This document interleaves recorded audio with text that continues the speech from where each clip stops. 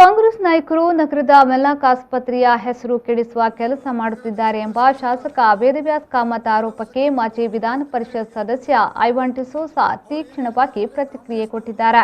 ಕಾಂಗ್ರೆಸ್ ನಾಯಕರು ಇಂತಹ ಹೇಳಿಕೆಯನ್ನ ಕೊಡಲ್ಲ. ಆಸ್ಪತ್ರೆಯ ಘನತೆ ಕಾಪಾಡಲು ನಮಗೆ ಗೊತ್ತಿದೆ. ಇನ್ನು ಆಸ್ಪತ್ರೆಯ ಅಭಿವೃದ್ಧಿ ಕೆಲಸ ಆಗಬೇಕಾದ್ರೆ ಅದು ಕಾಂಗ್ರೆಸ್ ಹೊರತು ಬಿಜೆಪಿಯಲ್ಲ ಎಂದು ಅವರು ಹೇಳಿದರು.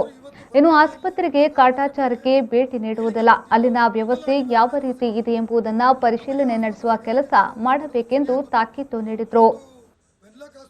ಮಂಗಳೂರು ನಗರ ದಕ್ಷಿಣದ ಶಾಸಕರಾದಂಥ ವೇದವ್ಯಾಸ ಕಾಮತ್ ಅವರು ಒಂದು ಪತ್ರಿಕಾ ಹೇಳಿಕೆಯನ್ನು ಕೊಟ್ಟಿದ್ದಾರೆ ನಿನ್ನೆ.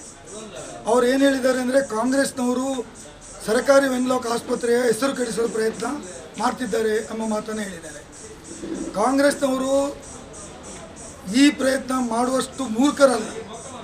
ಏನಾದರೂ ಇವತ್ತು ಪತ್ರಿಕೆಯಲ್ಲಿ ವೆನ್ಲಾಕ್ ಆಸ್ಪತ್ರೆ ಬಗ್ಗೆ ಹೇಳಿಕೆ ಕೊಟ್ಟಿದ್ದರೆ ಅದು ಮೊದಲಾಗಿ ವೇದವ್ಯಾಸ ಕಾಮತ್ ಅವರು.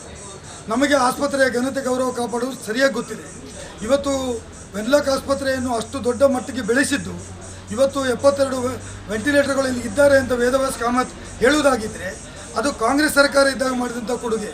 BJP ಸರ್ಕಾರ ಇದ್ದಾಗ ಏನು ಕೊಡುಗೆ ಕೊಟ್ಟಿದ್ದಾರೆ ಹೇಳಬೇಕಲ್ವಾ? 2008ರಿಂದ 2013ವರೆಗೆ BJP ಸರ್ಕಾರ ಅಧಿಕಾರದಲ್ಲಿ ಇತ್ತು. ನಾಗರಾಜ್ ಶೆಟ್ಟಿ ಅವರು ಉಸ್ತುವಾರಿ ಮಂತ್ರಿಗಳಾಗಿದ್ದರು, ಪಾಲೇಮಾರ್ ಅವರು ಉಸ್ತುವಾರಿ ಮಂತ್ರಿಗಳಾಗಿದ್ದರು. ಅವರು ಏನು ಮಾಡಿದ್ದಾರೆ ಅಂತ ಅವ್ರು ಹೇಳಬೇಕಲ್ವಾ?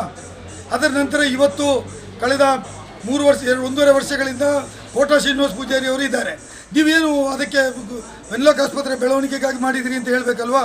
ಇವತ್ತು ಏನು ಅಭಿವೃದ್ಧಿ ವೆನ್ಲಾಕ್ ಆಸ್ಪತ್ರೆಯಲ್ಲಿ ಆಗಿದ್ದಿದ್ರೆ ಅದಕ್ಕೆ ಕಾಂಗ್ರೆಸ್ ಸರ್ಕಾರನೇ ಕಾರಣ, ಕಾಂಗ್ರೆಸ್ ಪಕ್ಷದ ಜಿಲ್ಲಾ ನಾಯಕರುಗಳೇ ಕಾರಣ ಅಂತ ಹೇಳುವುದನ್ನು ವೇದವ್ಯಾಸ ಕಾಮತ್ ಅವರು ತನ್ನ ಗಮನದಲ್ಲಿ ಇಟ್ಟುಕೊಳ್ಬೇಕು.